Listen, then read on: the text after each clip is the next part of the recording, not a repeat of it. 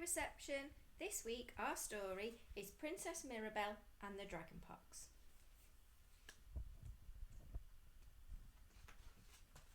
Ellen had chicken pox. She was covered in spots.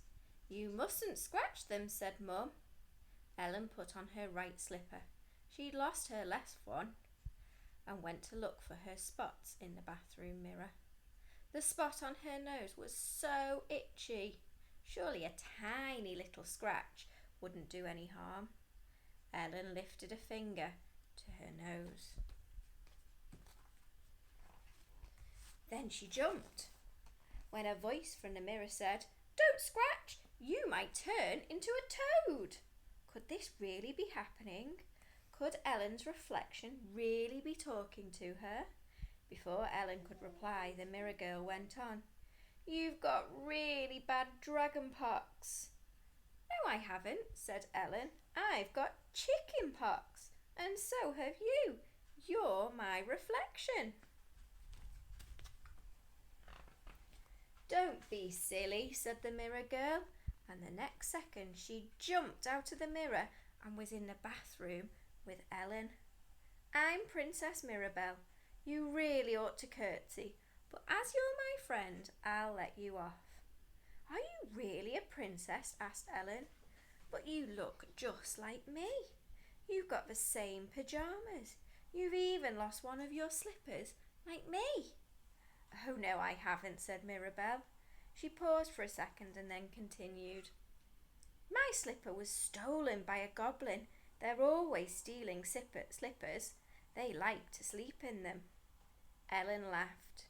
"Do they have little sheets and pillows?" she asked.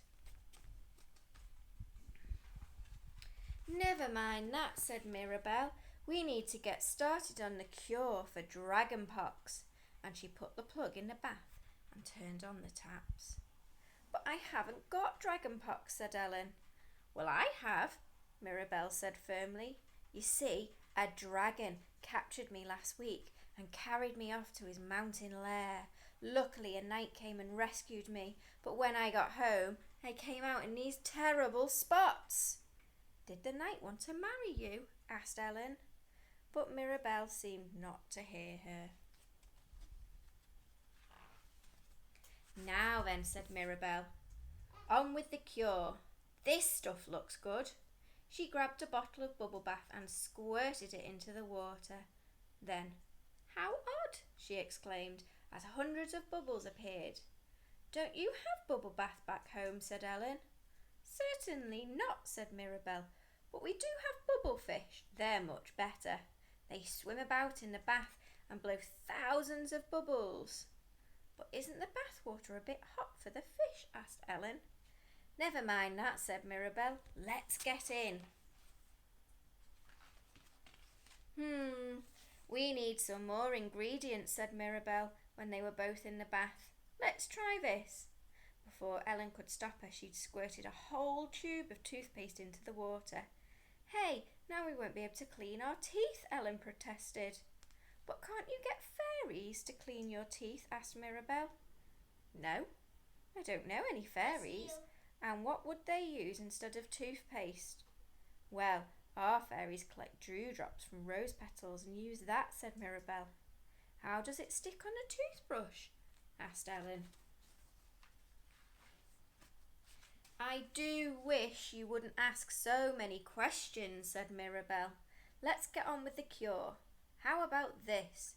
And she squirted in some white foam from a spray can. "Stop!" cried Ellen. "That's my dad's shaving cream." "Well, I think he should stop shaving like my father the king," said Mirabelle. "Does your father have a beard then?" asked Ellen. "Of course he does. It's so long it reaches the ground. He needs 2 servants to walk ahead of him to carry it. And sometimes birds make their nests in it." Ellen laughed. "And do the birds fly in and out feeding worms to their babies?" she asked. Mirabelle didn't reply. Instead, she poured a bottle of shampoo into the bath. "How will we wash our hair now?" said Ellen. "I wouldn't bother washing it," said Mirabelle. "When my hair gets dirty, I just say a magic spell and wish for some different hair." My hair doesn't always look like yours, you know. Last week I had golden curls and the week before I had, red ringlets. I'd love to do that, said Ellen. What's the magic spell? I'll tell you later, said Mirabelle, and she splashed some foamy toothpaste bathwater at Ellen. Ellen giggled and splashed some back. This was beginning to be fun. But then she noticed that the bathroom floor was getting wet, really wet from all the splashing. Oh dear, my mum will be a bit cross, she said.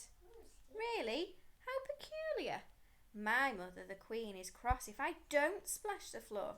In fact, she likes me to splash it so much that the whole bathroom's like a paddling pool. Then she paddles about in it to wash her feet, and so do all the palace maids. Doesn't the water drip down into the floor below? Asked Ellen. I thought I told you to stop asking questions, said Mirabelle. Now it's time to get dry and put our pyjamas back on. But we're still all spotty, said Ellen as she put on her slipper. The cure hasn't worked. That's because we haven't done part 2 yet, said Mirabelle. What's part 2? Asked Ellen. This. Mirabelle picked up a roll of loo paper and started to wind it round and around Ellen, who laughed. What about you? She asked. We'll do me later, said Mirabelle, carrying on winding.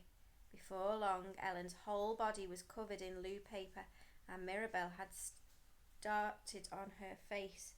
Then, close your eyes and count to 100, she said. So Ellen did. 98, 99, 100. Ellen ripped the paper off her face and opened her eyes. Where are you, Mirabelle? She asked. She looked around the empty room and saw the door handle was turning. But it wasn't Mirabelle. Instead, Ellen's mum came into the room. Ellen, what have you been doing? She said, as she looked at the watery, foamy room and all the empty tubes and bottles.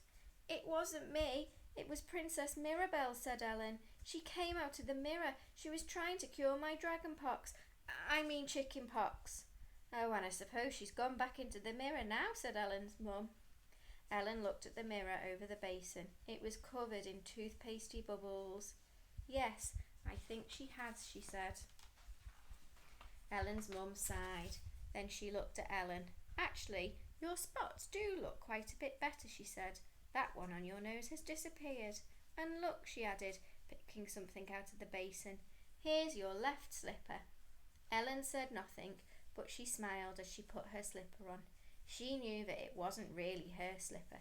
It belonged to Princess Mirabelle. See you soon. Bye.